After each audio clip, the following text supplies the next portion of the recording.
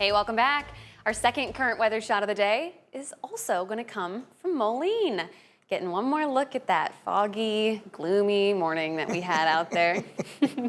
But it stayed nice and dry. Exactly. Which is nice, and temperatures did manage their way in the low 50s, and that's going to be a temperature we may not see for quite a while. Well, last night's rain kind of caught me off guard a little bit, just because we were outside planting tulips in the rain for 3 hours.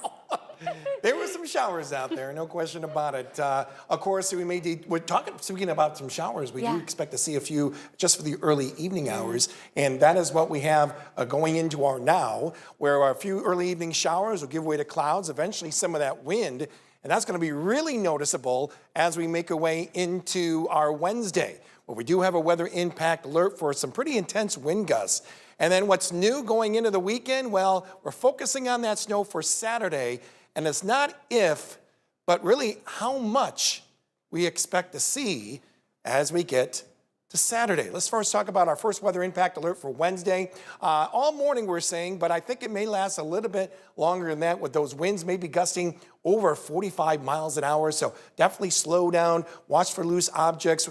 Make sure that those holiday inflatables that you have outside are nicely secured. And then going to the upcoming weekend, especially Saturday into Saturday night, first widespread snowfall of the season, you're definitely going to be seeing some travel delays given the snowfall that we are anticipating. Temperatures, once again, not too bad. Generally lower 50s that we see. Farther west, temperatures already dropping the 40s, and that's because of this broken line of showers that continue to make the way from west to east, already making its way into downtown Davenport, and will continue that eastward progress as we go through the next few hours. And that broken line of showers, part of that cold front, associated with that tightly wrapped area of low pressure that's going to bring in some of that wind, some of that cold, and even on the backside of the system, bringing a few innocent snowflakes for a couple of our hometowns heading into the early morning hours. And we can show you that on Future Track, 2 a.m., and that's where I could be seeing a few flakes flying around.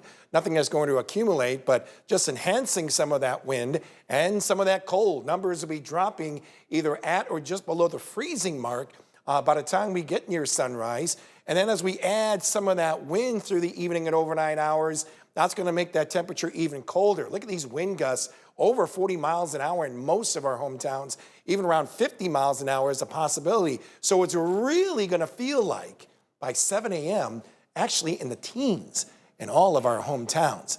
Going into tomorrow, well, at least the skies will be improving nicely from west to east, but those winds aren't going to shut down. We're not going to see much of a climb in temperatures, as daytime highs at best around the low to mid 30s, maybe upper 30s farther south of the Quad Cities. But when you factor in those winds that will still be gusting over 40 miles an hour, even by 5 p.m., you're talking about wind chills, the warmest maybe around the lower 20s, possibly even upper teens farther north as you go. So it's going to be a pretty wind chilly day, no doubt about it, going into our Wednesday. And that's just going to settle in some of that winter cold on our Thanksgiving Day and even in the days to follow as well. And with that next system coming on in, it still looks pretty good that we're going to be seeing some of that first widespread snowfall of the season. Here's what we're looking at. Early morning hours on Saturdays when we see the first flakes arrive. And that will be continuing on throughout all of Saturday night, then eventually tapering off before sunrise on Sunday. So how much snowfall are we going to get?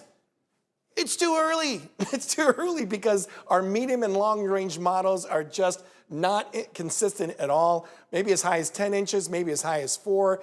We need those short range models, which very likely we'll be dealing with, looks like as early as Thursday or Wednesday night or so. Okay, what we do know is we're identifying the impact, meaning that our confidence in the timing is increasing, and also that it looks really more like a snow event than anything else. And with that snow coming on down, it's going to keep that cold going, especially going into Sunday, Monday, and Tuesday of next week. We're talking about those daytime highs in the 20s. And yes, maybe by Monday morning, we may be talking about those temperatures even in the single digits. Shelby, I'll be doing a live weather discussion on the News 8 Plus app coming up at 8 o'clock this evening. All right, and I'm going to miss your little turkey icons, James. You saw that cold turkey? I loved it.